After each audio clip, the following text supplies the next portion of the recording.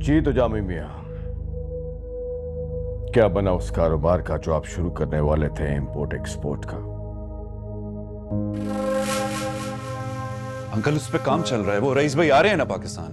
वो आएंगे तो फिर हम ऑफिस वगैरह लेंगे और फिर काम शुरू हो जाएगा। अच्छा, इसका मतलब है कि अभी कारोबार शुरू नहीं हुआ। अरे हो जाएगा जवाद साहब, हो ही जाएगा। अब हमने तहैया कर लिया है तो हो ही जाएगा। हम जद्दी पुश्ती कारोबारी लोग हैं, हमें पता है कि कारोबार कैसे होता है। जी अजमल साहब, आपने बचा फरमाया।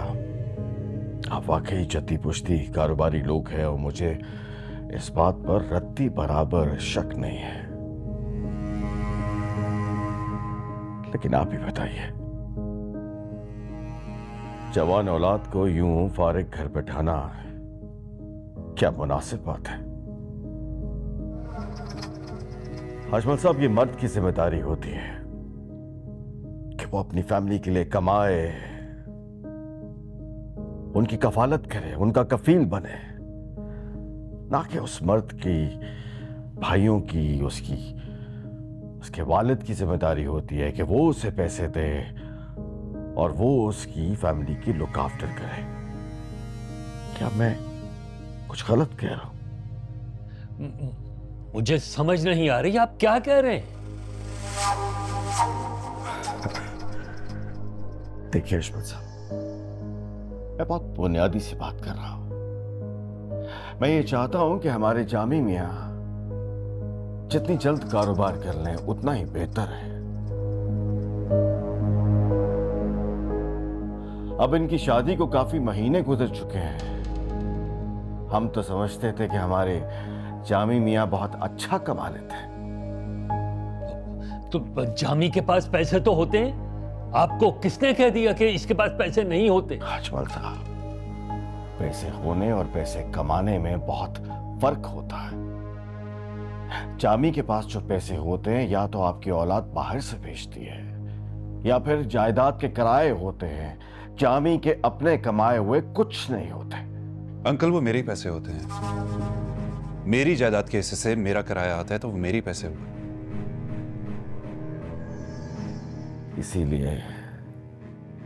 इसीलिए मैं ये कह रहा हूं जामी कि आपके हिस्से के जो पैसे आपको मिलते हैं आप उससे कारोबार करें ताकि आप मसरूफ रहें। तभी आप इधर उधर ध्यान देने से बाज आएंगे।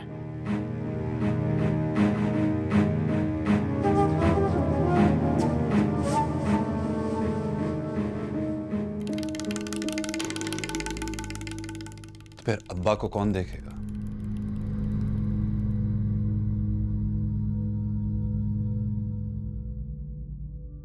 इजाजत दीजिए। ज़ेबा, बेटा खुदा हाफिज कर लो इनको। जी।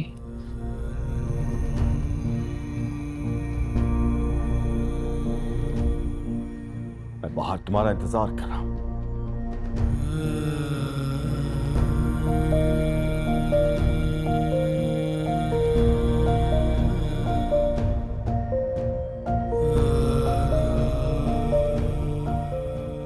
खुदा हाफिज अब्बा जी।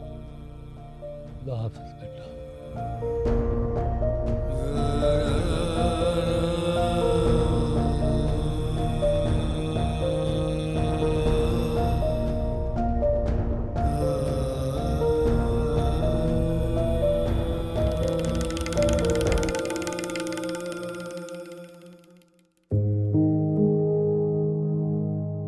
तुम ठीक हो बेटा? नहीं अम्मी, मैं ठीक नहीं हूँ। कुछ भी ठीक नहीं है।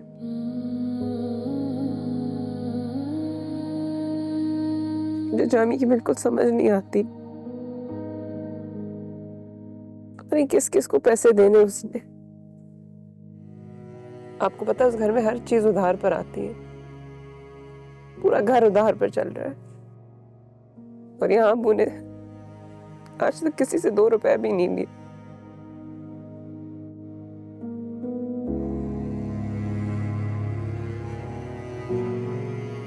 कितनी दफा फरहाना से बात की, लेकिन हर दफा बस वो यही कह देती, बस कारोबार शुरू कर रहे हैं। लेकिन वही ढाक के 3 बात।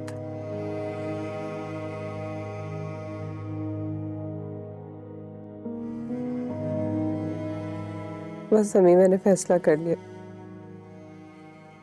मैं अब उस घर वापस नहीं जाऊंगी। शानीबाजी की इतनी कॉल्स आती हैं, बल्कि आपकी सारी सहेलियों की बहुत कॉल्स आती हैं, और सब एक ही शिकायत करती हैं कि ज़ेबा जानबूझकर हमारी कॉल नहीं उठाती। वो चाहती ही नहीं कि हम उसके घर जाएं, उससे मिलें। अब आप ही बताएं, मैं क्या करूं? मेरी सहेलियों का फोन उठाना बंद कर दो।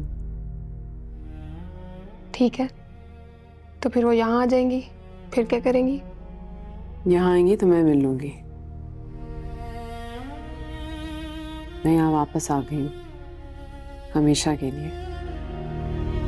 मेरे हमनशी, मेरे मेहरबान। ये लीजिए, आप नाश्ता नहीं कर रहे हैं? नहीं, मुझे बस चाय चाहिए। मुझे बताओ तुमने क्या खाना है? टोस्ट, पराठा, खाली पेट चाय? जल्दी कर लो बेटा, देर हो रही है, वकील के पास पहुंचना है। बात सुनती नहीं हो तुम।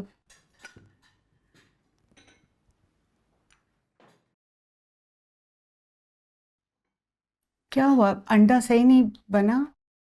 मैं और बनवा देती। नहीं ठीक है अम्मी, बस अंडे की स्मेल से थोड़ी तबीयत खराब हो रही है। कमाल है, तुम तो इतने शौक से अंडा खाती हो रोज। कोई बात नहीं अम्मी, अभी थोड़ी घबराहट सी भी हो रही है। मैं भी अभी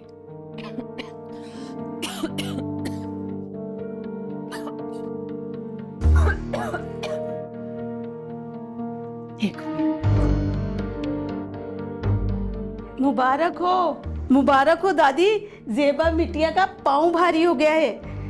हमारे घर में अब नया मेहमान आने वाला है। मैं आपको बता रही हूँ, मुझे ना पूरे 500 का लिफाफा चाहिए, और साथ में ना एक जोड़ा और मिठाई का डब्बा भी चाहिए। पहली खुशी है, ऐसे तो मैं नहीं मानूंगी, मुझे तो बस चाहिए ही चाहिए।